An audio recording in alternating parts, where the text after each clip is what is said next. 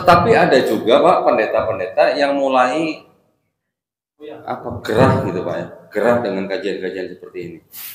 Bahkan video-video saya dan video-video teman-teman apologet muslim yang lain diputar di gereja Pak, disetel di gereja gitu.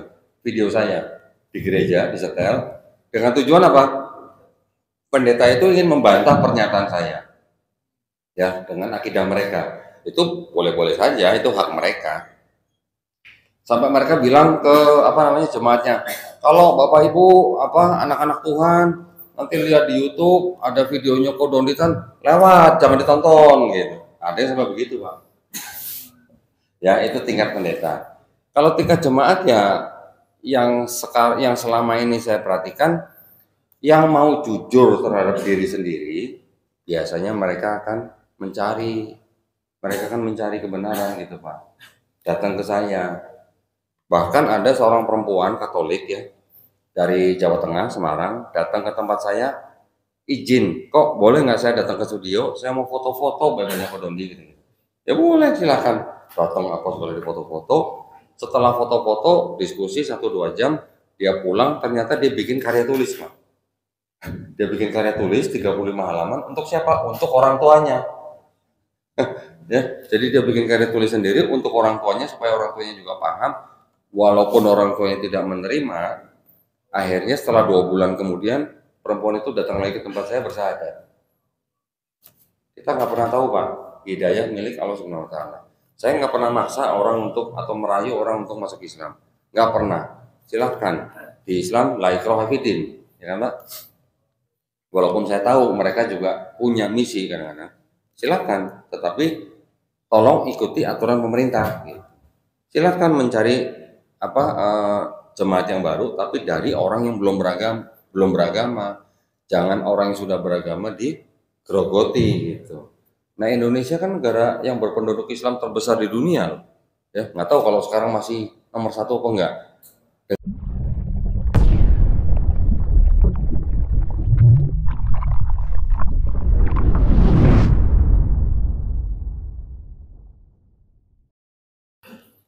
Bismillahirrahmanirrahim. Assalamualaikum warahmatullahi wabarakatuh.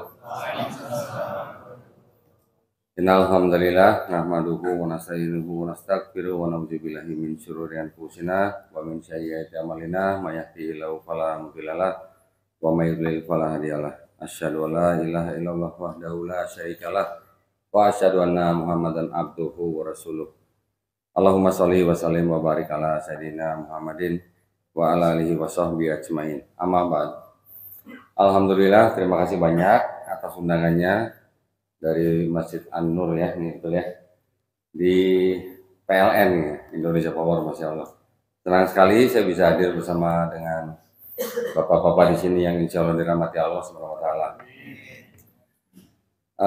Mungkin dari beberapa bapak di sini sudah kenal nama saya ya, Donditan ya. Tan itu marga, ya. Marga itu bahasa Cina-nya saya Pak. Jadi saya Dondi setan Pak. Setan Pak, bukan seton Pak. Alhamdulillah saya memeluk Islam tahun 2014.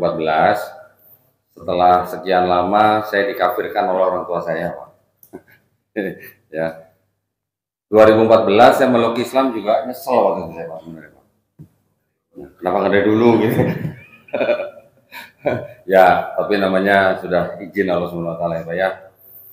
Ketika saya memeluk Islam, saya sudah mengetahui kebenaran daripada yang namanya agama yang diridhoi di sisi Allah Subhanahu Wa Taala. Alhamdulillah saya bisa menikmati yang namanya iman Islam ya. Iman untuk seseorang yang memang hanya bisa berserah diri kepada Sang Pencipta. Alhamdulillah ya. Memang proses saya waktu itu ketika mau masuk Islam melalui proses yang cukup panjang. Mungkin boleh dikatakan saya karena kritis gitu ya. Jadi kalau kata orang Depok saya jadi termasuk orang yang tambeng gitu kalau Pak. Apa tuh tambeng itu Pak? Ngeyel gitu lah ya. Jadi karena saya dulu dari kecil besarnya di gereja, jadi saya sudah akrab dengan kitab saya. Kitab saya waktu itu tuh yang namanya Bible Pak. Nah, Nah, jadi saya dari kecil sudah akrab Pak dengan Bible ini. Cuman waktu itu dari kecil sampai remaja, sampai besar, sampai dewasa, sampai keluarga, saya baca Bible. Tapi bacanya baca yang hanya bagaimana ya, tidak mempelajari secara detail gitu. Ya, tidak mengetahui maknanya apa, ada kejanggalan apa gitu. Dan saya waktu itu memang tidak menemukan apa yang janggal dalam kitab saya. Ketika saya sudah menonton video-videonya dai-dai Muslim yang malah ngupas Bible, baru saya tahu, oh ternyata ada masalah ini, oh ternyata ada masalah ini, gitu ya. Malah saya baru tahunya di situ. Tapi memang yang namanya kajian kristologi ya, nah, ini ilmu yang mempelajari kekristenan itu memang disebut dengan kristologi. Memang sudah cukup lama, bahkan dari imam-imam kita di abad-abad pertengahan, Imam Ghazali juga ya, semoga Allah merahmati, itu juga mereka sudah berperang pemikiran gitu, dengan orang-orang Nasrani.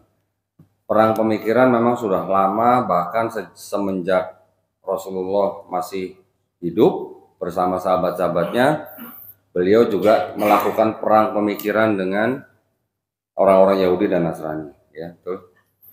Jadi ketika saya sudah masuk Islam, karena saya sudah kadung mempelajari ulang kitab saya, terus kemudian ditambah juga saya mempunyai pengalaman kurang lebih 2 tahun ya untuk menerjemahkan video-video debat yang dilakukan oleh saudara-saudara Muslim kita di Inggris ya. Di Inggris itu ada sebuah lapangan yang besar namanya Hyde Park. Di pojokan taman itu ada tempat yang namanya Speaker's Corner. Nah, kalau Bapak Ibu pernah menonton di YouTube banyak sekali. Di situ saudara-saudara kita yang Muslim di sana berperang pemikiran dengan orang-orang kaum kufar gitu ya. Ada yang dari Kristen, ada yang bahkan ada yang dari Yahudi, ada yang dari Syiah, ada yang dari Sikh, ada macam-macam. Bahkan ada orang-orang ateis juga. Alhamdulillah juga banyak orang-orang yang menjemput hidayah di tempat itu. 2 tahun saya kurang lebih menerjemahkan video-video yang ada di sana. Terus kemudian saya bergabung dengan sebuah yayasan pembina mu'alaf at-tauhid. Yayasan ini pusatnya di Surabaya, di mana saya merasa cocok dengan yayasan ini karena apa? Karena satu, yayasan ini memang tujuannya membina para mu'alaf ya. Kemudian yayasan ini juga melakukan yang disebut dengan perang pemikiran. Jadi kami melakukan perang pemikiran dengan orang-orang di luar Islam, khususnya dengan saudara-saudara yang dari Nasrani atau Kristen. Kenapa cuma Kristen? Karena memang Kristen dan Islam yang sama-sama agama misi. Ya betul ya. Agama misi artinya agama yang mengajak orang lain untuk masuk ke dalam agama mereka atau agama kita. Islam juga agama misi kan ya. Kita juga mengajak orang di luar Islam untuk masuk agama Islam. Mereka juga melakukan hal yang sama. Cuman bedanya kalau di Islam kita diperintahkan apa? Hanya untuk menyampaikan walaupun hanya 1 ayat. Tapi kalau mereka ada ayatnya nih, ada perintahnya di sini. Ya. Saya bacain ya, boleh ya? Bapak-bapak, nggak ada ibu-ibu ya di sini ya? Ada? Oh sedikit sekali kayaknya. Nah, bapak-bapak mungkin pernah melihat ini, ya kan? Ini kan ada tulisannya apa? Alkitab. Tapi kita sebagai umat Islam, saya menghimbau bapak-bapak di sini jangan menyebut kitab ini sebagai Alkitab. Kenapa? Karena Al-Quran kita juga disebut dengan Alkitab. Betul Pak? Betul kan? Kalau Al-Quran juga disebut Alkitab, kita jangan menyebut ini sebagai Alkitab. Sebut saja ini bahasa Inggris sedikit lah, keren dikit lah, Bible gitu kan. Ya, Bible itu dari kata Biblos, dari bahasa Yunani, yang artinya kumpulan buku-buku. Oke, bentar saya baca ini supaya nyambung sama yang tadi ya. Ada di Matius 28 ayat 19. Perintahnya begini, karena itu pergilah, jadikanlah semua bangsa muridku, murid Yesus maksudnya. Dan baptislah mereka dalam nama Bapa dan Anak dan Roh Kudus. Ini perintahnya mereka untuk mengajak orang di luar Kristen untuk masuk Kristen, perintahnya gitu ya. Dan karena ini ada di dalam kitab suci mereka, maka mereka menganggap ini sebagai amanat agung gitu ya. Nah, saya kembali lagi tadi bahwa Islam dan Kristen sama-sama agama misi. Dua agama ini memang sama-sama mengajak orang di luar agamanya untuk masuk ke dalam agamanya. Cuma kalau di dalam konteks bernegara dan bermasyarakat, pemerintah sudah punya aturan. Ya. Aturannya apa? Keputusan bersama dua menteri, yaitu Menteri Agama dan Menteri Dalam Negeri, nomor 1 tahun 79 yang mengatur tentang pensiaran agama. Ya, ada diatur di bab 3 pasal 4 bahwa dilarang mensiarkan agama kepada orang atau kelompok yang sudah beragama. Nah, itu ada batasannya ya. Nanti cara-caranya disebutkan. Yang dilarang apa saja, misalnya door to door, misalnya memberikan bantuan atau memberikan apa namanya macam-macam, ada nanti ada sembako, kesehatan, pendidikan dan sebagainya, tetapi dengan kedok untuk mengajak orang lain masuk ke dalam agama mereka. Masih ada nggak Pak kira-kira Pak upaya-upaya seperti itu Pak? Masih ya Pak ya? Benar masih ya? Kalau masih berarti saya boleh dong bongkar-bongkar sedikit ini, boleh dong? Ya, saya bongkar-bongkar ini, saya bahas ini bukan berarti saya mau ngajarin bapak-bapak untuk jadi Kristen, bukan. Tapi saya ngasih tahu di dalam kitab ini ada apa, siapa yang menyusun, bagaimana akidahnya, bagaimana konsep keselamatannya, supaya bapak-bapak paham. Jadi ketika bapak-bapak nanti di rumah misalnya nauzubillah menjalik nih, diketok pintunya, selamat pagi, selamat siang, selamat sore, selamat malam Pak, kami dari lembaga ini misalnya, kami ingin memberikan kabar baik atau kabar keselamatan gitu. Siapa yang nggak senang Pak kalau dibilang ada kabar keselamatan Pak? Ya, pasti senang kan?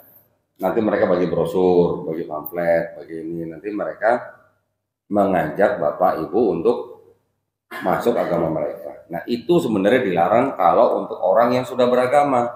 Tapi kalau pada untuk misalnya suku-suku pedalaman yang belum kenal peradaban, itu boleh-boleh saja. Kita juga melakukan hal yang sama, ya. Saya juga dengan beberapa teman menampung beberapa anak dari suku Halmahera Selatan, namanya suku Tugotil namanya. Dari Halmahera Selatan, mereka belum kenal peradaban. Ya, di dalam kelompok mereka masih ada yang namanya incest, kemudian belum kenal baju dan segala macam.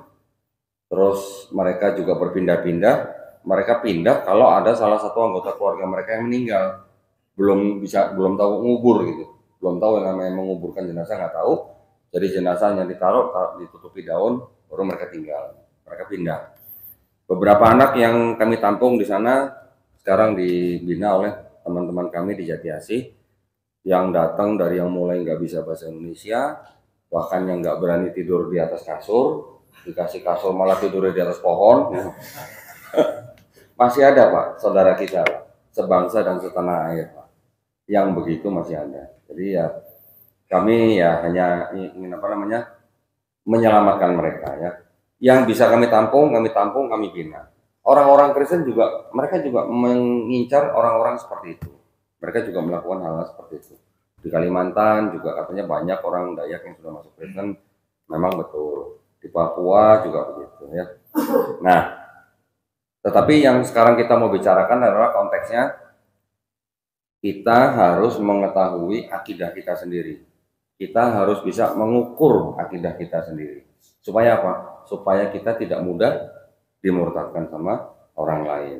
Itu ya tujuan daripada kajian saya ini. Di mana-mana, mau di YouTube, mau di masjid, mau di mana. Nah, saya tadi bilang saya berterima kasih dengan DKM Masjid ini, karena DKM Masjid ini sudah mengundang saya untuk memberikan kajian seperti ini, di mana kami memang memerlukan waktu ya untuk bisa mensosialisasikan kajian-kajian seperti ini. Bukan berarti kajian ini terus saya mengajak Bapak Ibu untuk membenci saudara-saudara kita yang Kristen, bukan. Sama sekali bukan ya. Keluarga besar saya juga masih Kristen. Keluarga besar saya ya. Saudara, tante, paman, segala macam, sepupu masih Kristen semua. Jadi di keluarga besar saya masuk Islam hanya saya dan ayah saya gitu. Oke, nah karena waktunya sempit jadi saya langsung to the point aja lah ya. Saya nggak usah banyak cerita pengalaman-pengalaman saya. Sekarang apa yang akan saya bagikan kepada Bapak Ibu, mungkin nanti ada yang Bapak Ibu ini baru pertama kali dengar. Ya. Kenapa Kristen mengajak orang dari kalangan mana saja, mau Islam, mau apapun untuk masuk agama Kristen. Karena perintahnya tadi saya sudah bacakan. Tetapi apakah isi daripada kitab ini? Gitu ya. Saya ingin membagikan informasi ini kepada Bapak Ibu supaya Bapak Ibu tahu bahwa kitabnya orang Kristen yang disebut dengan Alkitab ini ada dua bagian yang disebut dengan Perjanjian Lama dan Perjanjian Baru. Oke, mungkin Bapak Ibu pernah dengar ya. Tetapi apakah Perjanjian Lama ini milik orang Kristen? Nah, harusnya bukan. Nah, sudah dapat bocoran di YouTube saya berarti. Ya, yang Perjanjian Lama ini ternyata bukan punya orang Kristen. Punya siapa? Punya orang Yahudi. Jadi memang Kristen juga timbulnya dari Yahudi. Ya, Kristen timbulnya dari Yahudi. Kalau Yahudi mungkin secara akademisi dikatakan agama yang sudah berusia kurang lebih mungkin berapa ya? 3000 tahun lah mungkin lah ya. Dari Yesus mundur sampai ke Nabi Daud, Nabi Sulaiman, itu kan 1000 tahun kira-kira. Ya mungkin 1000 tahun sebelum Yesus tambah sekarang 2000 berarti kurang lebih 3000 tahun secara akademisi. Okay? Tetapi kalau Kristen itu timbulnya baru di abad pertama Masehi, berarti baru 2000 tahun. Okay? Tetapi apakah betul kalau Kristen itu agama yang menyembah Tuhan yang sama dengan Yahudi? Nah ini yang harus kita ketahui gitu ya. Terus kalau begitu dengan kita Islam bagaimana? Apakah kita Islam menyembah Tuhan yang sama dengan Tuhan yang disembah oleh Kristen dan Yahudi? Perlu kajian lagi ya. Oke, jadi saya harus beritahukan ini supaya nanti pada akhirnya Bapak Ibu bisa mengetahui. Separuh daripada kitab Kristen, atau enggak separuh sebenarnya, 2/3 nih ya. Yang Kristen punya hanya yang merah ini. Jadi nah segini nih, yang ini yang punya Kristen. Yang ini punya Yahudi. Ini Perjanjian Lama, ini Perjanjian Baru. Oke. Yang Perjanjian Lama asalnya ternyata dari kitab Yahudi yang namanya ini Tanakh. Nah, Tanakh, ya. Tanakh ini singkatan dari Torah, Nevi'im, Ketuvim. Torah itu adalah yang disebut dengan, kita sering mendengar dengan kata Taurat, ya. Di Quran sering disebut Taurat. Taurat yang di dalam kitab ini itu isinya ada 5 kitab, disebut dengan 5 kitab Musa. Kejadian, Keluaran, Imamat, Bilangan, Ulangan. Kemudian yang disebut dengan Nevi'im, Nevi'im kita mengenal nabi. Jadi Nevi'im adalah kitab yang mengisahkan nabi-nabi. Ada Nabi Yeremia, Yeskiel, Yesaya, Ayub, Yunus, Hagai, Maleakhi dan sebagainya. Kemudian kumpulan-kumpulan kitab yang berikutnya adalah kitab Ketuvim. Ketuvim disebut dengan tulisan orang-orang bijak. Termasuk di dalam Ketuvim itu ada kitab yang namanya Mazmur di sini ya.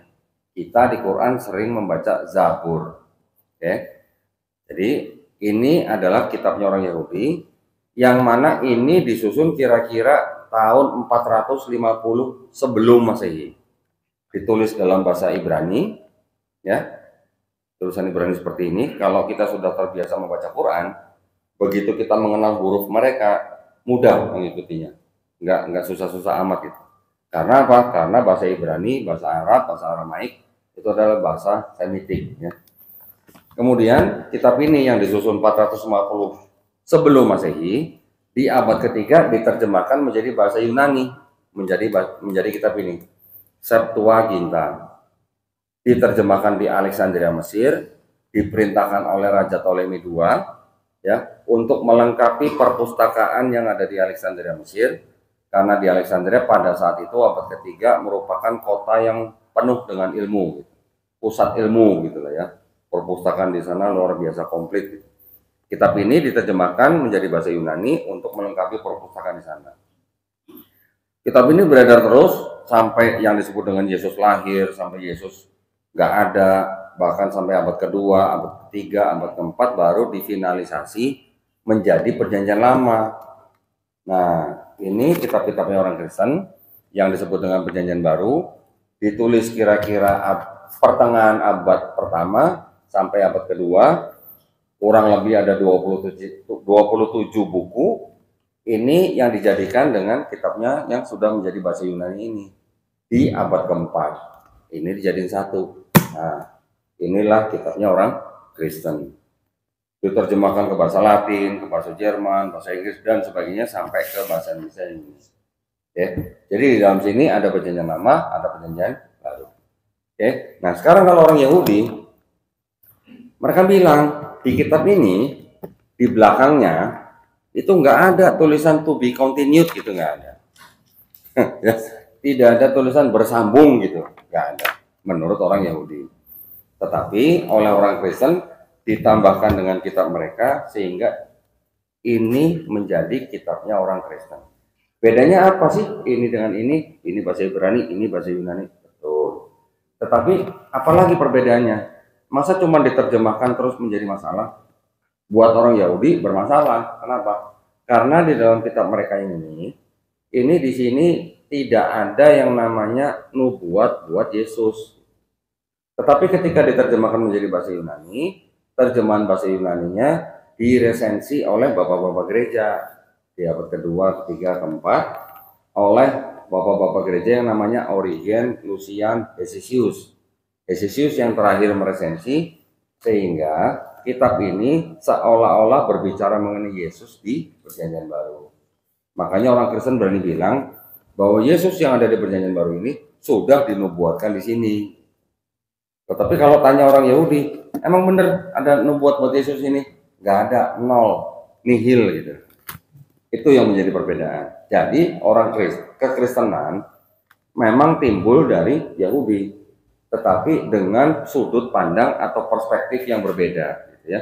Dari kitab ini mereka merubah perspektifnya menjadi ini. Ini yang menjadikan Kristen. Nah, tetapi pada dasarnya baik yang di sini maupun yang di sini, ini semuanya sebenarnya sama-sama tauhid, ya, sama-sama mengesahkan Tuhan yang Maha Esa. Mereka mengenal ada 7 nama Tuhan di kitab ini. Pertama El, kedua Eloh, ketiga Eloah, keempat Elohim, kelima El Shaddai, keenam cuma 4 huruf Yod, He, Vav, He, ketujuh Zebaot. Nah, dari 7 nama ini buat orang Yahudi yang paling kudus adalah yang nomor 6 nih, yang Yod, He, Vav, He. Ada 4 huruf aja. 4 huruf ini disebut sebagai tetragrammaton, ya, 4 huruf paling suci. Mereka tidak berani menyebutkan dengan melafazkan apapun kecuali dengan kata ganti apa? Adonai atau Hashem. Adonai itu artinya Tuhan, Hashem itu artinya nama itu. Ya, jadi mereka nggak boleh menyebutkan dengan sembarangan 4 huruf itu gitu ya. Yang boleh menyebutkan hanya imam besar mereka yang disebut dengan Kohen Gadol, yang mana dia hanya menyebutkan 1 tahun sekali di upacara yang sangat sakral dan yang tahu bacanya cuma dia aja. Nah, sekarang saya tadi katakan bahwa di dalam kitab ini sebenarnya konsep ketuhanannya itu adalah tauhid. Karena apa? Karena mereka mengatakan ada sebuah kalimat syahadat yang disebut Shema Israel, Adonai Eloheinu, Adonai Ehad. Ya, itu syahadat mereka gitu ya. Apa tuh artinya? Shema Israel, hai bangsa Israel, Adonai Eloheinu, Adonai Ehad. Tuhan Allah kita, Tuhan itu Esa. Berarti kalau diterjemahkan bahasa Arab apa? La ilaha illallah, sebenarnya sama gitu ya. Nah, jadi ketika kita memandang sebuah kitab yang sekarang ada kitab orang Yahudi, ada kitabnya orang Kristen, yang ini tauhid, yang perjanjian lamanya ini juga masih tauhid sebenarnya, gitu ya, karena pesannya sama, pesannya, tetapi bahasanya yang di sini sudah dirubah-rubah menjadi seolah-olah menubuatkan Yesus atau meramalkan Yesus di perjanjian baru. Itu aja bedanya. Nanti selain daripada konsep ketuhanan, kita juga bisa melihat konsep keselamatan. Oke, sebelum kita ke konsep keselamatan, saya informasikan satu lagi begini. Di dalam perjanjian lama ini atau di sini, ini konsep ketuhanannya mengatakan bahwa Tuhan itu bukan manusia. Tuhan itu bukan anak manusia. Ya, sama nggak atau setara nggak dengan lam yalid walam yulad? Mirip ya? Jadi tidak ada cerita Tuhan bisa jadi manusia gitu. Tidak ada cerita Tuhan diperanakan atau Tuhan memperanakan. Sama ya dengan Surat Al-Ikhlas ayat ketiga ya. Tetapi ketika masuk ke dalam perjanjian baru, Tuhan yang tidak bisa jadi anak manusia itu, Tuhan yang bukan manusia itu tiba-tiba bisa jadi Yesus. Nah itu baru timbul permasalahan gitu ya. Ketika di sini bilang Tuhan bukan manusia, Tuhan bukan anak manusia, ada lagi Tuhan tidak bisa berubah. Ada lagi nanti ayatnya bahwa langit yang meliputi segala langit tidak akan bisa memuat engkau, tidak bisa memuat Tuhan. Kita juga mengenal Allahu Akbar ya Pak ya. Tidak ada yang bisa memuat Allah, istilahnya karena maha besarnya. Kita tidak bisa membayangkan besarnya seperti apa gitu ya. Kita mungkin pernah mendengar hadis yang mengatakan bahwa bumi dibandingkan dengan langit pertama seperti cincin dibuangin pada pasir, begitu seterusnya langit pertama plus bumi dibandingkan dengan langit kedua, dan seterusnya sampai langit ketujuh sampai Sidratul Muntaha gitu ya. Semua itu kita tidak bisa membayangkan bagaimana besarnya Allah Subhanahu wa taala. Begitu juga di sini, langit yang meliputi segala langit tidak dapat memuat engkau, tidak dapat memuat Tuhan gitu kan. Jadi konsepnya atau konsep ketuhanan itu sebenarnya kan mirip dengan kita ya. Tetapi ketika masuk ke dalam perjanjian baru, Tuhan yang tidak bisa atau yang tidak bukan manusia itu tiba-tiba menjelma jadi manusia, tiba-tiba menjadi Yesus. Dari mana konsep seperti itu? Nah, ternyata konsep Tuhan bisa menjelma jadi manusia itu tidak berasal dari Yahudi, tapi berasal dari mana? Dari paganisme Romawi dan Helenisme Yunani. Kita mengetahui bahwa bangsa Israel kan memang melalui perjalanan sejarah yang sangat panjang. Ketika mereka keluar dari bangsa Mesir, dikeluarkan oleh Nabi Musa alaihissalam, diteruskan oleh Nabi Yosua bin Nun sampai masuk ke dalam tanah Kanaan. Kemudian mereka dipimpin oleh hakim-hakim, 12 hakim-hakim ya. Kemudian mereka berubah menjadi kerajaan, dipimpin oleh raja pertama yaitu Raja Saul. Kemudian Raja Saul wafat digantikan oleh Raja Daud, Nabi Daud alaihissalam. Kemudian Nabi Daud wafat digantikan oleh anaknya Nabi Sulaiman alaihissalam. Sampai akhirnya Nabi Sulaiman alaihissalam meninggal, baru kerajaan Israel terpecah menjadi dua. Kira-kira itu terjadi di abad ke-10 sebelum Masehi. Israel terpecah menjadi Israel Utara dan Israel Selatan. Tidak lama kemudian Israel Utara dicaplok oleh bangsa tetangganya Assyria. Tidak lama kemudian Assyria yang menguasai Israel Utara dan akhirnya dicaplok oleh Babilonia. Nah, Babilonia menguasai Israel Utara dan Israel Selatan dan menghancurkan Haikal Sulaiman, menghancurkan bait suci yang dibangun pada zaman Raja Sulaiman alaihissalam. Ketika itu bangsa Israel dibuang ke Babilonia. Ketika di Babilonia ditaklukkan oleh Persia. Persia akhirnya menguasai seluruh daerah itu. Kemudian Persia dikalahkan oleh Yunani. Yunani menguasai daerah itu kira-kira 250 tahun. Kemudian baru digantikan oleh Romawi di akhir-akhir abad pertama sebelum Masehi, gitu ya. Jadi kalau kita lihat dari bangsa Mesir sampai dikuasai oleh Romawi, 1000 tahun ada itu bangsa Israel dikuasai oleh bangsa-bangsa yang pagan atau yang menganut Helenisme. Apa tuh Helenisme? Helenisme adalah paham kepercayaan yang dianut oleh bangsa Yunani, yang mana mereka menyembah dewa-dewa. Ya, ada dewa Zeus paling tinggi, kemudian dewa Zeus ini adalah dewa yang selamitan gitu istilahnya. Ya, melihat perempuan cantik dihamilin punya anak, nanti anaknya bisa ada yang Hercules, Perseus dan macam-macam. Melihat Dewi cantik dihamilin punya anak Helen gitu. Jadi sistem kepercayaan itu disebut dengan Helenisme. Nanti kalau di Yunani ada dewa Zeus dan anaknya yaitu Hercules atau Hermes. Di Romawi ada dewa sebut dewa Jupiter, punya anak Merkuri dan sebagainya. Jadi bangsa-bangsa ini memang sudah bangsa-bangsa yang sudah biasa menyembah dewa-dewa. Kepercayaan ini yang masuk ke dalam Kristen. Jadi di Kristen itu dikatakan bahwa ada Tuhan yang paling tinggi disebut dengan Bapa, mempunyai anak dari seorang perawan yaitu Maria, anaknya Yesus. Kalau Hercules disebut setengah manusia, setengah dewa, Yesus disebut sepenuhnya manusia, sepenuhnya Tuhan. Konsepnya mirip nggak Pak? Konsepnya, detailnya mungkin jauh lebih bagus ini detailnya. Tapi konsepnya ada kemiripan kan? Ada dewa atau Tuhan yang paling tinggi, punya anak dari manusia, anaknya setengah manusia, setengah dewa. Ya, mirip ya.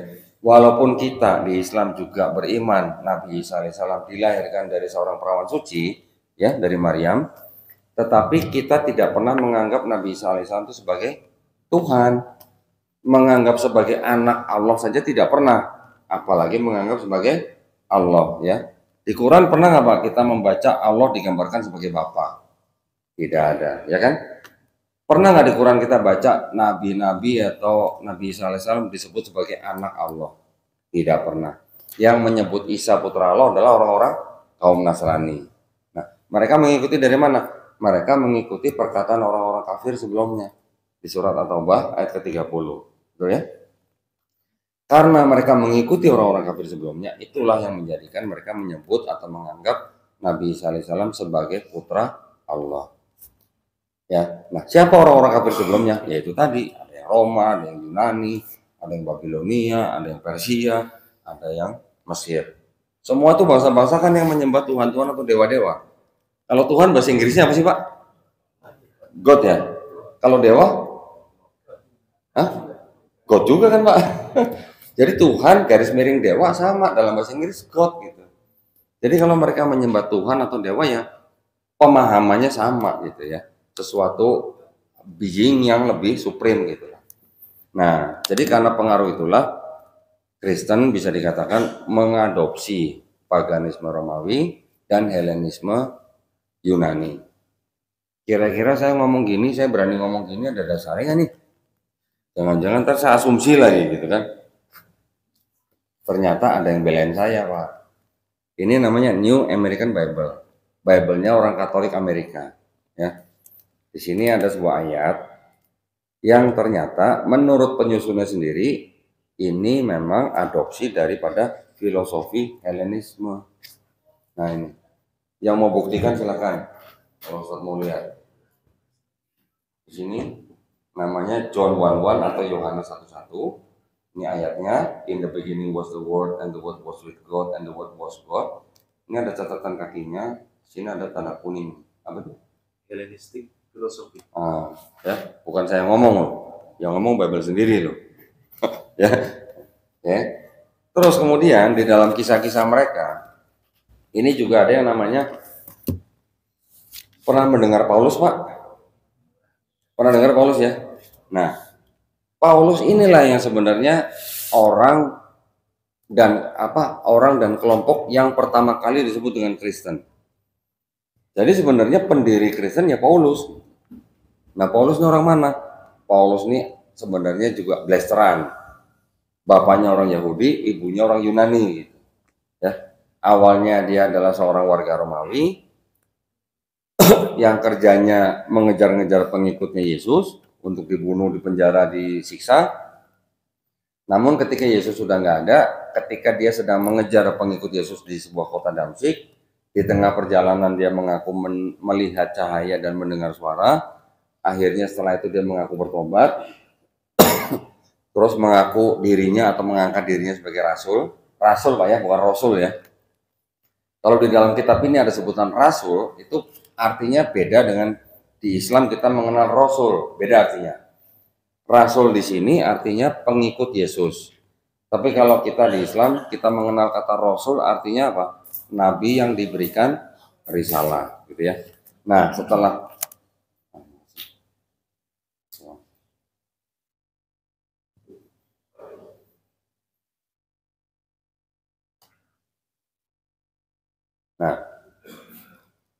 kalau setelah Paulus mengangkat dirinya sebagai rasul atau pengikut Yesus, dia akhirnya memberitakan tentang Yesus. Cuma dia punya target audiens gitu lah. Wah, ini bahasa kerennya ya. Dia punya target audiens itu bukan untuk orang Yahudi, tetapi untuk orang non-Yahudi. Karena dia juga separuh orang Yahudi, dia tahu hukum Taurat gitu. Ya. Kalau diceritakan Yesus ini tidak meniadakan hukum Taurat, Paulus dia berani mengatakan bahwa untuk orang Yahudi kamu harus tetap hidup di bawah hukum Taurat. Tetapi untuk orang non-Yahudi kamu tidak perlu hidup di bawah hukum Taurat. Karena apa? Karena dosa-dosa kamu sudah ditebus dengan matinya Yesus di atas kayu salib. matinya Yesus di atas kayu salib itu untuk membatalkan hukum Taurat. Nah, ini kata Paulus. Sedangkan kata Yesus, aku datang bukan untuk meniadakan hukum Taurat, tapi untuk menggenapi. Jadi ada perbedaan nih antara ajaran Yesus dan ajaran Paulus. Saya berani ngomong begini karena memang ada ayat-ayatnya, gitu ya.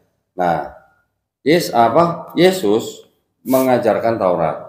Di dalam kitab ini konsep keselamatannya yang mau selamat bertobat. Ya, ada ayat yang mengatakan begini. Bertobat lebih baik daripada mempersembahkan hewan kurban. Basuhlah, jauhkanlah perbuatan-perbuatan jahatmu dari depan mataku, mata Tuhan. Berhentilah berbuat jahat, belajarlah berbuat baik, kendalikan orang kejam, belalah hak anak-anak yatim, perjuangkanlah perkara janda-janda. Baiklah, marilah kita berperkara firman Tuhan. Ya. Jikalau dosamu merah seperti kirmizi, akan menjadi putih seperti salju. Jikalau dosamu merah seperti kain kesumba, akan putih seperti bulu domba. Artinya ada konsep orang yang bertobat, dosa yang semerah apapun bisa menjadi putih. Artinya dosa yang diampuni gitu. Sama nggak Pak dengan kita di Islam? Insya Allah sama ya Pak ya. Jika kita bertobat, menyesali perbuatan kita, tidak mengulangi perbuatan kita mengusahakan kebaikan, membantu anak-anak yatim, mengurusi janda-janda, bukan cari janda maksudnya Pak, mengurusi perkara janda-janda gitu ya. Insya Allah dosa kita diampuni, betul kan? Sama di sini konsepnya. Yesus juga mengatakan yang sama. Ditanya sama ahli-ahli Farisi, hukum yang terutama itu apa? Hukum yang terutama itu adalah Syama Israel, Adonai Eloheinu, Adonai Ehad. Sama dengan yang disebut oleh Nabi Musa alaihissalam. Sama persis. Terus kemudian Yesus juga mengatakan kepada orang-orang Israel pada saat itu, bertobatlah dan menjadi seperti anak kecil. Anak kecil gimana Pak sifatnya? Anak kecil kan nggak dosa ya, nggak punya dosa Pak ya. Kita tahu kalau anak kecil lahir belum akil balik meninggal khusus tempatnya Pak ya, nggak seperti orang yang dihisap perhitungannya gitu kan. Jadi kalau Yesus bilang jika kamu tidak bertobat dan menjadi seperti anak kecil ini, kamu tidak akan masuk kerajaan surga. Tetapi ketika Paulus memberitakan tentang Yesus dan konsep keselamatannya untuk orang non-Yahudi, Paulus membuat konsep yang namanya dosa waris gitu. Jadi apa tuh dosa waris? Dosa yang dibuat oleh Adam dan Hawa yang diwariskan kepada setiap manusia yang lahir. Jadi setiap manusia yang lahir sudah bawa dosa waris gitu Pak. Adik saya dulu perempuan lahir 3 hari meninggal. Kalau bawa dosa waris masuk mana tuh ya, saya nggak tahu ya. Masuk surga, masuk neraka tuh ya. Nggak berani bilang saya. Tapi kalau ada dosa waris berarti apa? Menurut Paulus, kalau ada dosa waris berarti kita tidak bisa bersatu kembali dengan pencipta kita. Kecuali ditebus dosa itu dengan matinya Yesus di atas kayu salib. Dengan matinya Tuhan di atas kayu salib. Itu konsepnya Paulus. Jadi kalau kita mau kelompokkan kitab ini, yang 2/3 nih yang dari sini, kitab yang berkonsep tauhid, ya. Kemudian di dalam perjanjian baru ada yang namanya 4 gospel, Matius, Markus, Lukas, Yohanes, yang menceritakan Yesus dari mulai lahir sampai diangkat di salib, sampai diangkat. Di 4 gospel itu juga masih kita bisa bilang tauhid, karena Yesus mengajarkan tauhid. Yesus mengajarkan hanya menyembah kepada Sang Pencipta gitu, atau Bapa, disebutnya Bapa gitu ya. Tetapi ketika kita sudah mulai masuk ke dalam yang bagian-bagian akhir ini, di mana di sini ada 13 surat dari Paulus. Nah, di dalam surat-surat Paulus itulah timbul yang namanya ide dosa waris, timbul yang namanya ide tidak perlu hidup di bawah hukum Taurat, karena hukum Taurat itu sudah dibatalkan dengan matinya Yesus di atas kayu salib. Timbul ide bahwa orang-orang non-Yahudi itu bilangnya apa? Tidak perlu sunat gitu. Orang Yahudi ikut hukum Taurat kan harus sunat, ada zakat, ada tradisi-tradisi yang sebenarnya sama dengan kita gitu. Ada wudhu, ada sujud, macam-macam ya. Kita sama, yang kita lakukan sekarang ini semua tidak jauh berbeda dengan yang dilakukan oleh bangsa Yahudi. Ada sholat, mereka juga sholat, kita ada mandi besar, mereka juga ada baptis. Semua sama sebenarnya. Hanya syariat-syariat itu yang disempurnakan di dalam Quran dan Sunnah. Nah, ketika ada ide yang baru itu, akhirnya Paulus dan salah seorang sahabatnya itu Barnabas dan kelompoknya setelah tinggal di Antiokhia selama setahun, baru mereka disebut dengan Kristen. Nah, itulah sebenarnya yang disebut dengan kelompok Kristen pertama kali di abad pertama, yang mana akhirnya kelompok itu yang bisa dikatakan kelompok yang digandeng oleh pemerintah atau penjajah pada saat itu, yaitu Kaisar Konstantin.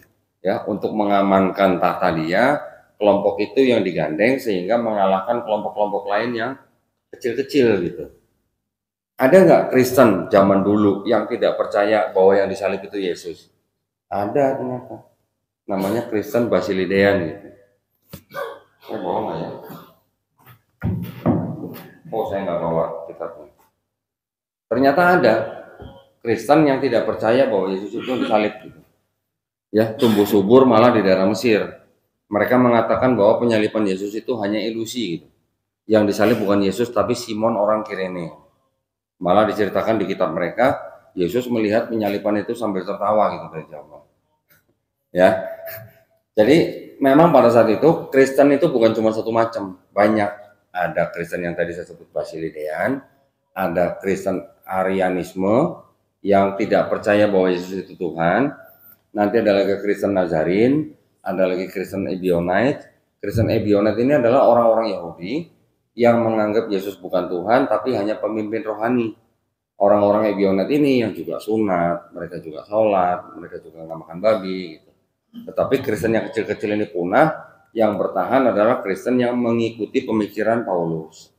Ini yang menjadi Kristen yang digandeng oleh Romawi, sehingga malah pusat Kristennya malah sekarang jadi di Romawi. Ya. Kemudian Kristen ini bertahan sampai di abad ke-4, ke-5. Terus mereka kemudian mempunyai beberapa pusat kota, ada di Roma, Yerusalem, Konstantinopel, Antiok, Alexandria, Mesir. Sehingga Kristen ini makin lama makin bertambah besar dan akhirnya pecah menjadi dua antara Katolik dan Ortodok di abad ke-11. Ya. Abad ke-11 ini pecah Katolik dan Ortodok. Baru nanti di abad ke-16 pecah lagi yang namanya Kristen Protestan. Yang kita sering lihat di Indonesia Katolik dan Protestan, ya kan? Kalau Ortodok di daerah timur gitu sana. Nah, itu kira-kira yang kita bisa pahami dari kalangan Kekristenan ini, yang mana mereka sampai kapanpun mereka akan tetap mengajak orang lain di luar Kristen untuk masuk Kristen. Ya, jadi kita harus bisa membentengi akidah kita dari upaya-upaya pemurtadan tersebut dengan cara apa? Dengan cara mengetahui, ya, mengetahui akidahnya mereka. Kita, maksud saya nih dengan ilmu seperti ini, kita wajib nggak sih belajar seperti ini? Tidak, ya, tidak wajib. Yang untuk mau belajar ini silahkan.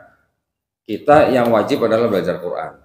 Kita belajar Quran sampai kapan? Sampai mati. Ya. Kalau yang mau belajar ini boleh, tapi yang istilahnya tauhidnya sudah mendarah daging gitu lah. Ya, karena kalau kita belajar ini, yang ini tauhid, yang sebagian tauhid, tahu-tahu yang di sini nggak tauhid lagi, bingung gitu nanti. Karena apa? Karena memang Kristen diajarkan dengan cara apa ya? Dengan cara doktrinisasi. Mereka nanti kan mengajarkan bahwa kita manusia ini sudah nggak bisa berbuat apa-apa, kita ini manusia yang berdosa, kita sudah membawa dosa dari Adam dan Hawa. Kita hanya bisa selamat hanya dengan pertolongan Tuhan. Tuhan itu karena saking besar kasihnya kepada manusia, sehingga sampai mengaruniakan anak yang tunggal, sehingga barang siapa percaya kepada Yesus akan memperoleh hidup yang kekal. Doktrin-doktrin seperti itu yang dimasukkan ke dalam saudara-saudara kita yang Kristen. Makanya memang susah mengubah doktrin itu. Kalau namanya doktrin sudah masuk di bawah alam sadar, susah gitu ya dulu ya. Sama seperti mungkin bangsa Jerman dulu pada waktu Perang Dunia Pertama dan Kedua, ketika pemimpin negaranya bilang kita adalah bangsa Arya, bangsa yang lebih unggul dari bangsa lain, doktrin itu dicekokin ke dalam bangsa Jerman setiap hari menjadi sebuah kebenaran gitu. Itu yang terjadinya seperti itu. Nah, tadi saya sudah menceritakan tentang konsep ketuhanan, konsep keselamatan yang dari Yahudi ke dalam Kristen berbeda. Ada satu lagi yang berbeda, Pak. Nah, di dalam Yahudi itu ada yang namanya konsep Mesias. Apa tuh Mesias? Mesias itu ya Al-Masih. Kita mengenal Isa Al-Masih. Al-Masih ini bahasa Ibrani-nya adalah Mesias. Bahasa Yunani-nya Kristos. Bahasa Indonesia-nya Kristus. Nah, Kristus ini kan memang gelar yang diberikan kepada Yesus Kristus, sama dengan gelar Al-Masih yang diberikan kepada Nabi Isa alaihissalam. Gitu ya. Apa konsep Mesias yang ada di dalam kitab orang Yahudi? Mesias kalau di dalam kitab Yahudi itu bisa raja, bisa imam, bisa juga nabi. Mesias itu artinya yang diurapi gitu. Ya, jadi mereka punya tradisi kalau nabi ngangkat raja atau ngangkat imam itu mereka dengan cara mengurapi kepala mereka dengan minyak tertentu gitu. Itu namanya diurapi, disebut dengan Mesias. Konsep Mesias yang di dalam Ibrani ini atau orang Yahudi ini, mereka menganggap bahwa nanti akan ada Mesias, yaitu raja untuk orang Israel yang akan datang. Kapan datangnya? Nggak tahu kapan gitu. Ada syarat-syaratnya. Syaratnya apa?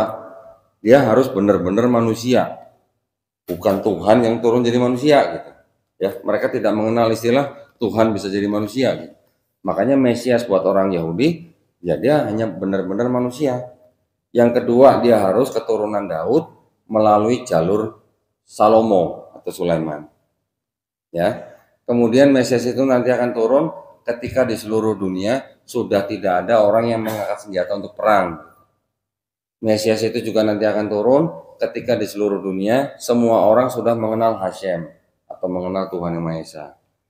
Yang terakhir, mereka bilang yang namanya Mesias ini bukan orang yang datang menyelesaikan misi terus pergi terus datang lagi, gitu, bukan begitu. Dia datang hanya sekali untuk menjadi raja bangsa Israel. Nah, kelima kondisi ini kalau kita terapkan kepada Yesus yang dipercaya oleh orang Kristen yang juga dianggap sebagai Yesus Kristus atau Yesus sebagai Mesias, Yesus bukan anak kandung daripada Yusuf. Ya, di sini diceritakan Maria punya anak dan punya suami namanya Yusuf.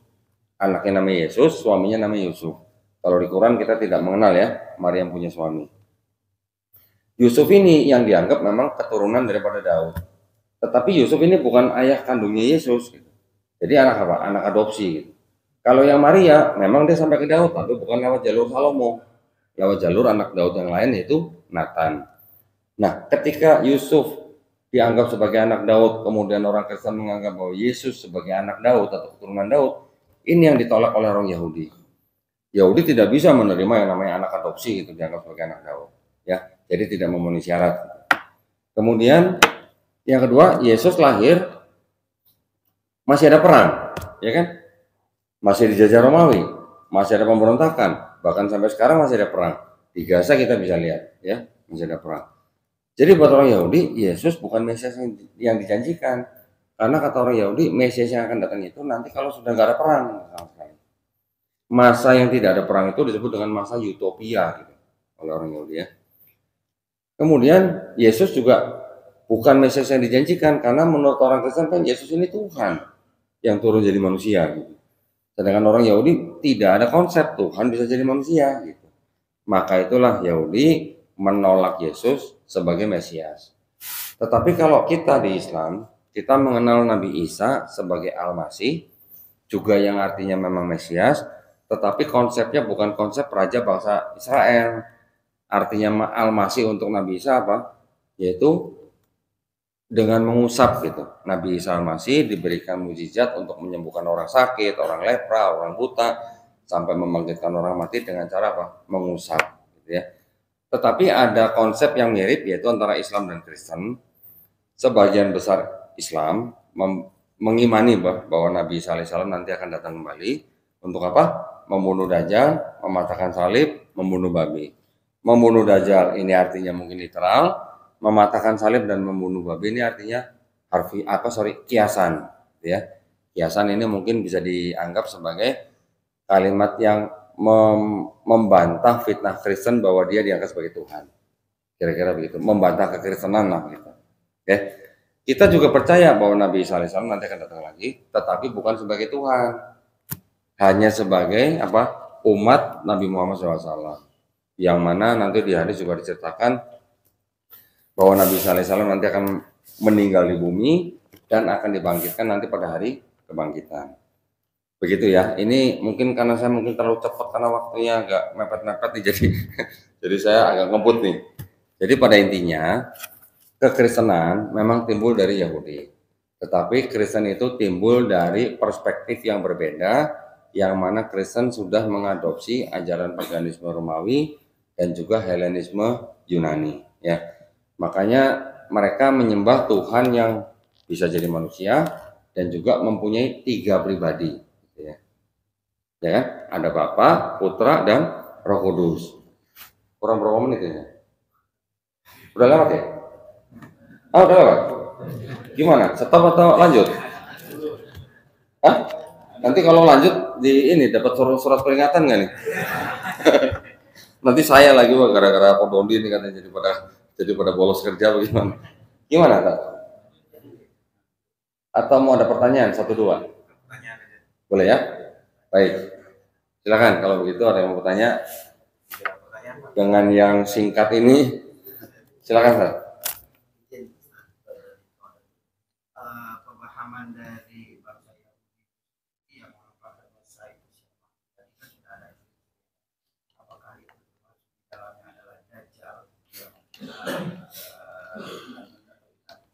adalah yang memimpin bangsa Yahudi.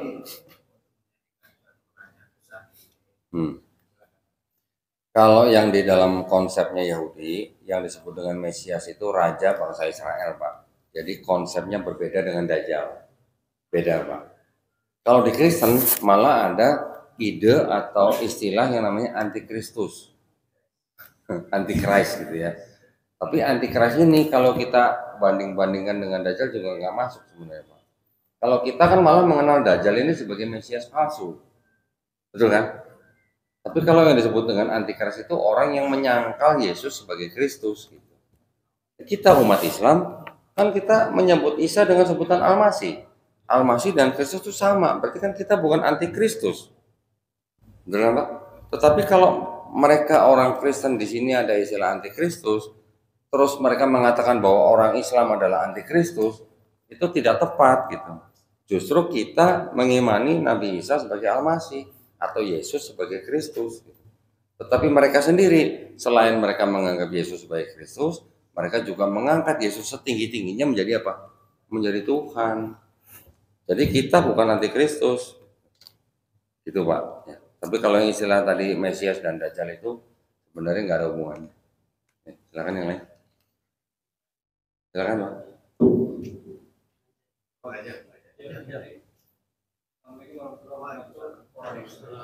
Waalaikumsalam. Ini kan logika atau narasi tentang kristologi kan sudah semakin terbuka di era sekarang. Dari pengalaman Pak Dodi, harusnya kan semakin mudah bagi orang untuk mengetahui mana yang benar, mana yang salah. Tapi bagaimana respon mulai dari level jemaat ya, sampai mungkin ke level pendeta tertinggi ketika kebenaran ini semua semakin terbuka. Itu kecenderungannya seperti apa? Ya, ini sekarang ada pendeta, beberapa pendeta ya Pak ya, mungkin belum semua ya. Mungkin ada pendeta yang acuh tak acuh Pak, bodoh amat gitu. Yang mau ngaji kristologi bodoh amat gitu. Yang penting perpuluhan lancar gitu Pak.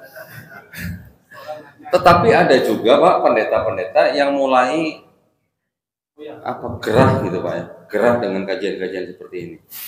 Bahkan video-video saya dan video-video teman-teman apologet muslim yang lain diputar di gereja Pak, disetel di gereja gitu, video saya di gereja disetel dengan tujuan apa? Pendeta itu ingin membantah pernyataan saya ya dengan akidah mereka. Itu boleh-boleh saja, itu hak mereka. Sampai mereka bilang ke jemaatnya, kalau Bapak Ibu anak-anak Tuhan nanti lihat di YouTube ada videonya Kodondi kan lewat, jangan ditonton gitu. Ada yang sampai begitu Pak. Ya itu tingkat pendeta.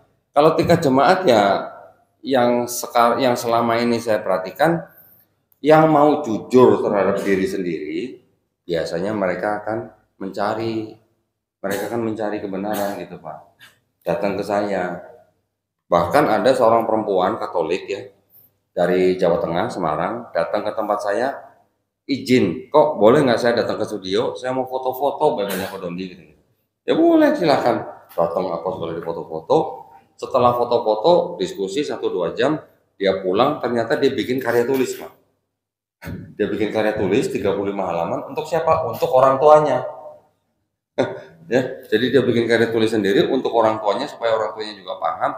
Walaupun orang tuanya tidak menerima, akhirnya setelah 2 bulan kemudian perempuan itu datang lagi ke tempat saya bersyahadat.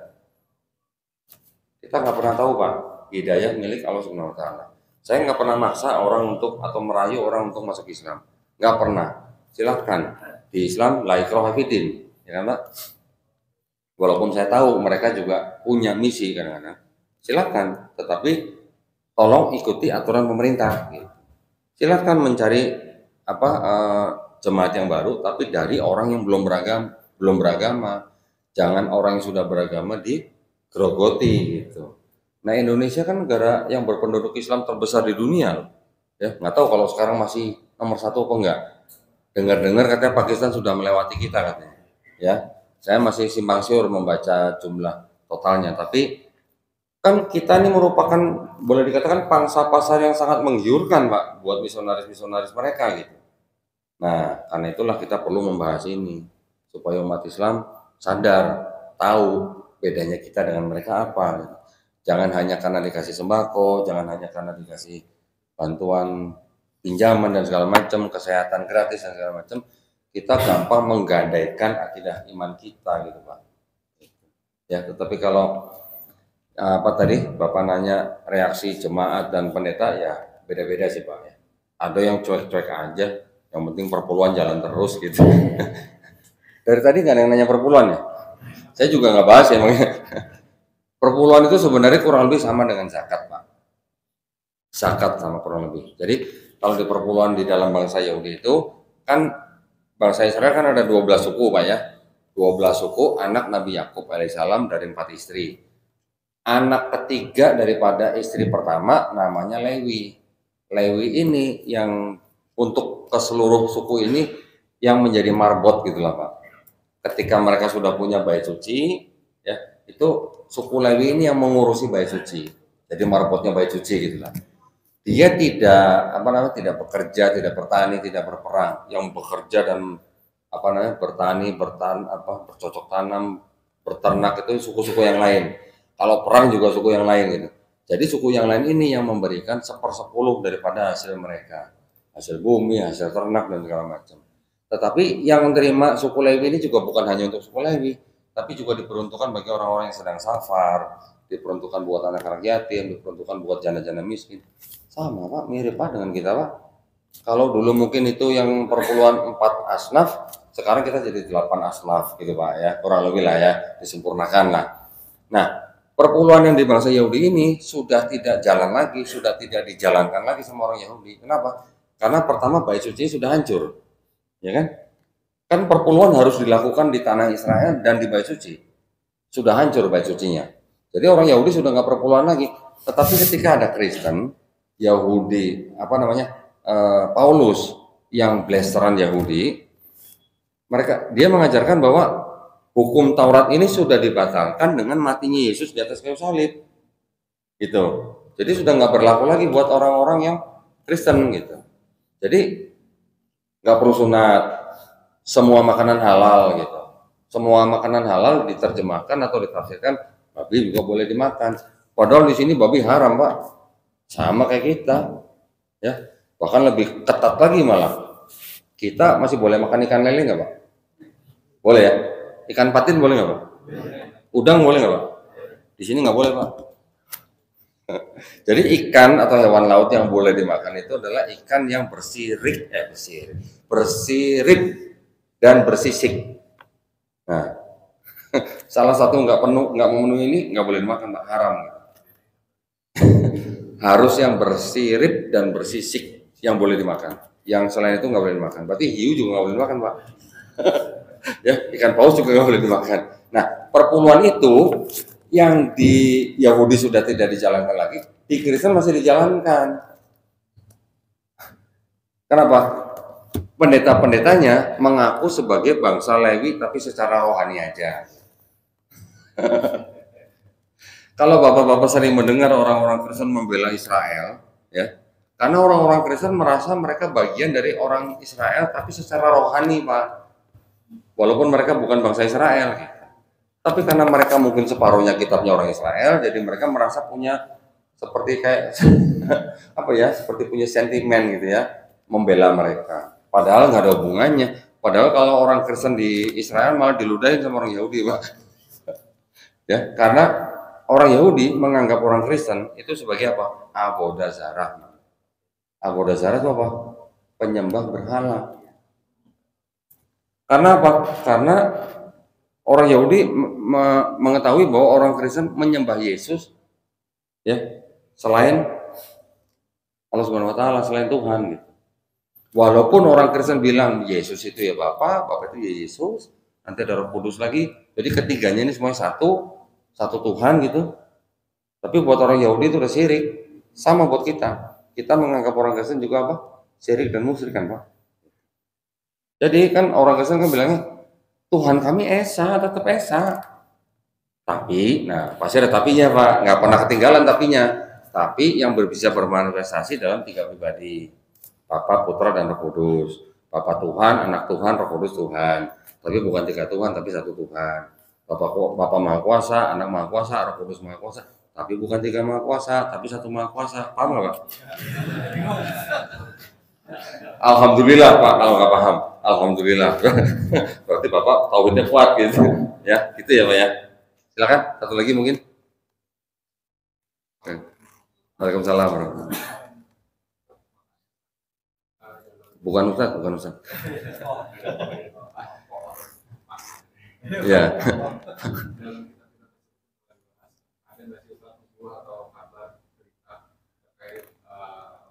Nabi Muhammad SAW. Oke.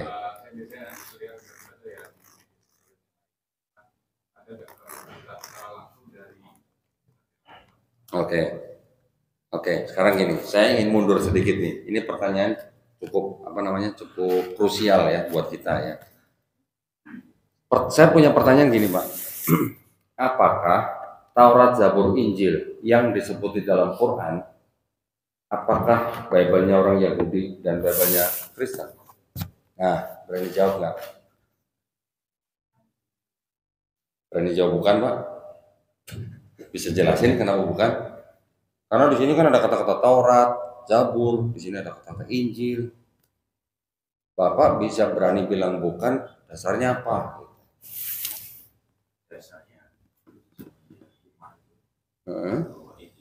Lembaran-lembaran Taurat. Tapi kan Nabi juga nggak melarang 100%. Nabi masih memperbolehkan sahabat-sahabat menyimpan gulungan-gulungan Taurat. Kenapa? Karena ketika nanti ada orang Yahudi datang membawa hujah, Nabi tinggal panggil sahabatnya, buka itu, dibacakan depan orang Yahudi yang jujur bisa nangis. Gitu. Bisa nangis, ada hadisnya itu Pak itu. Orang Yahudinya sampai dibacakan nangis mengakui kebenaran itu. Nabi masih memperbolehkan sahabat menyimpan, bahkan Nabi menyuruh sahabatnya yang paling dipercaya Zaid bin Sabit untuk belajar bahasa Ibrani. Kenapa? Untuk berkomunikasi dengan orang Yahudi, berkomunikasi dengan bangsa lain. Nabi juga memberikan pesan, jangan kamu tolak ya kitab mereka 100%, tapi juga jangan kamu terima 100%. Di surat Al-Baqarah juga ayat ke-79 kita sudah mengetahui jelas bahwa mereka merubah-rubah gitu kan. Nah, tetapi ini yang mau saya jelaskan, Pak. Saya berani menyatakan bahwa Taurat, Zabur, Injil yang disebut di dalam Quran itu adalah wahyu-wahyu yang diturunkan Allah Subhanahu wa taala kepada Nabi dan Rasulnya untuk Bani Israel pada zaman itu. Setuju nggak, Pak? Setuju ya? Wahyu ya. Wahyu bentuknya seperti apa, Pak? Ilham untuk manusia kita biasa lah ya. Kalau kita ngopi kita bisa dapat ilham gitu. Tapi kalau wahyu kan khusus untuk Nabi, untuk utusan Allah gitu. Ya. Jadi namanya wahyu itu ya pesan atau pengetahuan yang disampaikan atau diterima oleh Nabi yang langsung masuk dalam kalbunya. Yang Nabi ajarkan itu adalah wahyu yang diajarkan atau diberikan atau diturunkan kepada umatnya gitu kan. Pernah dengar nggak Pak Taurat, Zabur, Injil dijanjikan Allah Subhanahu wa taala untuk dijaga? Nggak pernah ya, tadi nggak pernah ya. Yang dijanjikan untuk dijaga kan hanya Quran, gitu kan? Jadi ketika kitab ini disusun 1000 tahun setelah Musa, ya, atau mungkin 500 tahun setelah Daud alaihissalam, apakah mungkin ini yang nulis Nabi Musa alaihissalam dan Nabi Daud alaihissalam? Itu 60% dari Markus. Makanya tiga-tiga kitab ini disebut sebagai kitab sinoptik karena ceritanya semua sama. Ya bagaimana nggak sama, orang nyadur dari satu sumber gitu ya. Yang Matius dan Lukas juga menambah-nambahkan dengan sumber-sumber mereka sendiri. Kemudian yang Yohanes baru ditulis kira-kira di tahun 95 Masehi. Nah, apakah 4 ini adalah wahyu yang diterima oleh Nabi Isa alaihissalam? Bukan. Nah, itu maksud saya. Jadi, saya berani mengatakan bahwa Taurat, Zabur, Injil yang disebut di dalam Quran itu bukan Bible-nya orang Yahudi, bukan Bible-nya orang Kristen. Setuju, Pak? Setuju ya? Sekarang kalau Bapak setuju dengan pernyataan saya, kalau di sini tidak ada nama Nabi Muhammad SAW, di sini juga tidak ada, apakah Quran jadi salah? Tidak. Di surat Al-A'raf 157 kan sudah dikatakan, mereka beriman kepada Nabi yang ummi, yang namanya tertulis di dalam Taurat dan Injil. Taurat dan Injil mana yang dimaksud? Apakah ini dan ini? Nanti dulu, gitu. Ya, nanti dulu. Yang mana? Sekarang kalau kita sebagai umat Islam memahami wahyu yang diterima oleh Nabi Musa alaihissalam, sejauh-jauh yang ditulis yang mana? Yang ditulis oleh Nabi Musa alaihissalam? Bukan 10 lembar, 2 loh batu. Ya, yang diterima Nabi Musa alaihissalam di Gunung Sinai, yang dibawa turun dari Gunung Sinai, ketika Nabi Musa alaihissalam melihat bangsanya malah menyembah patung sapi berhala, itu yang dipecahkan. Itu yang disebut dengan luh batu kan, Pak. Yang disebut oleh orang Kristen sebagai Ten Commandments atau 10 perintah Allah gitu kan. Ya sejauh-jauhnya yang kita ketahui dengan Taurat ya cuma itu paling gitu. Nah, bangsa Israel itu memang menerima banyak sekali perintah di dalam kehidupan mereka. Perintah-perintah itu mereka nyanyikan, Pak. Mau masak nyanyi, mau perang nyanyi, mau bercocok tanam nyanyi. Jadi setiap nyanyian itu adalah nyanyian dari perintah-perintah dalam kehidupan mereka yang diturunkan memang oleh Nabi dan penerus-penerusnya. Nyanyian-nyanyian itulah yang banyak masuk dalam sini, gitu Pak. Jadi ini bukan tulisan Nabi Musa alaihissalam, juga bukan tulisan Nabi Daud alaihissalam. Yang ini juga bukan tulisan Nabi Isa alaihissalam. Jadi kalau Bapak tadi tanya apakah di sini ada nubuat untuk Nabi Muhammad SAW, indikasinya masih ada Pak, indikasi. Tapi saya nggak berani bilang bahwa di sini ada nama Nabi Muhammad SAW. Saya nggak berani bilang, ya. Karena buat saya ini dan ini bukan Taurat dan Injil yang disebut dalam Quran, gitu Pak. Ya. Tapi kalau indikasi, saya bilang masih ada. Contoh paling gampang Pak. Di kitab ini disebutkan bahwa di Ulangan 18:18 disebutkan bahwa akan kubangkitkan seorang nabi dari saudaramu sendiri, gitu ya. Orang Islam bilang itu untuk Nabi Muhammad SAW. Orang Kristen bilang itu untuk Yesus. Orang Yahudi itu bilang untuk Nabi Yosua bin Nun, gitu, yang membawa orang Israel masuk ke dalam tanah Kanaan. Sekarang gini Pak, saya tanya, kitab Quran yang berhak menafsirkan siapa? Ulama Islam dong, ya dong. Kalau kitabnya orang Yahudi yang berhak menafsirkan siapa Pak? Ya orang Yahudi dong. Perjanjian barunya orang Kristen yang berhak menafsirkan ya orang Kristen gitu. Kita nggak mau kan kalau Quran kita ditafsirkan secara semena-mena kan oleh orang yang bukan Islam kan nggak mau Pak. Orang Yahudi juga nggak mau Pak. Itu maksud saya. Tetapi kitabnya orang Yahudi sudah ditafsirkan semena-mena oleh Kristen Pak. Bahkan sampai dipakai dalam kitabnya orang Kristen gitu. Ya. Nah, kalau kita sekarang bilang bahwa di dalam kitabnya orang Yahudi ada nubuat untuk Nabi Muhammad SAW, padahal kata orang Yahudi itu buat untuk Nabi Yosua, terus bedanya kita sama orang Kristen apa Pak? Paham ya Pak ya maksud saya? Jadi kita nggak perlu ngemis di sini ada nubuat Nabi Muhammad SAW. Indikasi ada indikasi. Kenapa? Karena ketika saya bilang tadi Ulangan 18:18 mengatakan akan kubangkitkan seorang nabi yang seperti Musa, di kitabnya orang Kristen Pak yang di Perjanjian Baru itu ada kejadian atau ayat yang ketika ada Nabi Yahya atau Yohanes Pembaptis ditanya sama ahli-ahli Taurat, apakah kamu Elia, titisan Elia maksudnya? Yohanes Pembaptis bilang bukan. Apakah kamu Mesias? Yohanes Pembaptis bilang bukan. Terakhir apa? Apakah kamu nabi itu? Nah, berarti ada titisan Elia, Mesias, nabi itu. Memang orang Yahudi percaya bahwa Nabi Elia yang sudah diangkat ke surga itu akan menitis kepada salah seorang bangsa Israel. Mesias kan untuk Yesus. Yesus bilang, Yohanes Pembaptis itu titisan Elia gitu. Yohanes Pembaptis bilang bukan gitu. Jadi itu kan belum sinkron gitu ya. Itu oke lah, serahkan ke orang Kristen. Tapi kalau Mesias kan untuk Yesus. Nah, kalau orang ahli Taurat nanya, apakah kamu nabi itu? Berarti pada zaman Yesus masih hidup kan nabi itu belum turun, belum datang gitu. Itu hanya indikasi, Pak. Ya, indikasi saja. Saya nggak berani klaim bahwa itu nabi itu pasti untuk Nabi Muhammad SAW. Saya nggak berani klaim. Ada teman-teman kita, dai-dai kita yang klaim bahwa di dalam kitab mereka nih ada nubuat untuk Nabi Muhammad SAW. Termasuk Dr. Zakir Naik, termasuk almarhum Syekh Hamid Didat, yang mana saya juga banyak belajar dari mereka.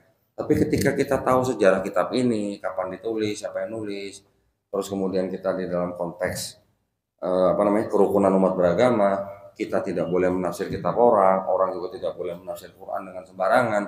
Ya sudah, buat apa lagi kita harus ada klaim di sini ada nubuat Nabi Muhammad gitu maksud saya. Bermasalah. Siapa ya?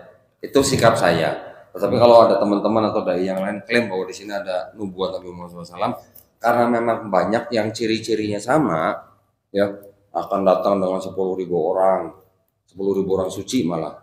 Kita ingat ke peristiwa Fatu Mekah. Ada bahwa orang itu nanti rambutnya bergelombang, putih, gitu segala macam. Itu ciri-ciri yang buat kita bisa dikatakan cocokologi gitu, Pak. Ya, saya bukan saya nggak cinta Nabi Muhammad SAW, tapi kalau kita menafsirkan kitab Yahudi, terus bedanya kita sama Kristen apa gitu aja. Gitu ya Pak ya, mudah-mudahan menjawab pertanyaan nih. Nanti kalau udah nggak jelas boleh diteruskan di warung kopi nanti. Baik, kalau begitu terima kasih banyak atas perhatiannya ya buat bapak-bapak dan ibu yang sudah hadir di sini.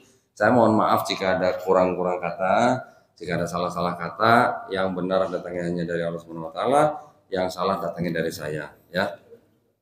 Kita tutup kajian kita dengan doa penutup kafaratul majelis. Subhanakallahumma wa bihamdika asyhadu an la ilaha illa anta astaghfiruka wa atubu ilaik. Akhir kata wabillahi taufiq wal hidayah. Wassalamualaikum warahmatullahi wabarakatuh.